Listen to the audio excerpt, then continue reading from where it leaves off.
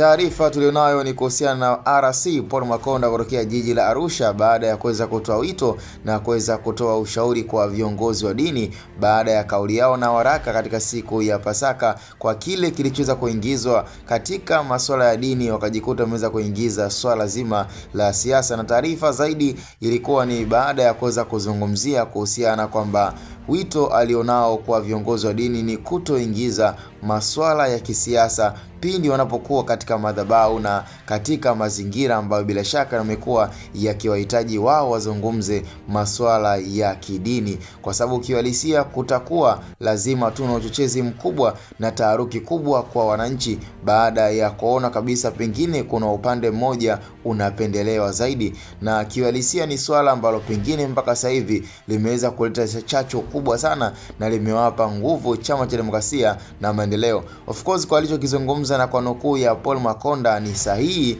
na ni sawa kwa kile ambacho tayari kimeonekana kuwa ni dhahiri shairi mpaka muda huu baada ya tamko na waraka kutoka kwa viongozi wa dini baada ya kuweza kuzungumzia sakata la Lissu, lakini pia kuzungumzia kuhusiana pia na issue ya no reform no election kwa kuweza kurudi mezani. Yani kama kutakuwa na makubaliano basi Chadema na CCM waweze kukaa mezani na kuangalia je, kama kutakuwa na swala zima la mabadiliko ya katiba basi waweze kurejea mezani. Na kauli hiyo ambayo imeweza kumfanya Paul Makonda na yeye aweze kuzungumza lolote mbele ya umati na mbele ya viongozi wa dini, ameweza kuomba na kutoa wito kwamba wasizungumzie na wasijihusishe katika madhabahu masuala ya kisiasa, kwa sababu lengo na dhumuni linakuwa sio hilo, kwa sababu ni lazima tu utapendelea upande mmoja. Kwa hiyo ni swala ambalo tayari limeweza kupingwa vikali na mwenyewe pia Paul Makonda baada ya kuona kwamba kwa this one is too much, yani tayari imeanza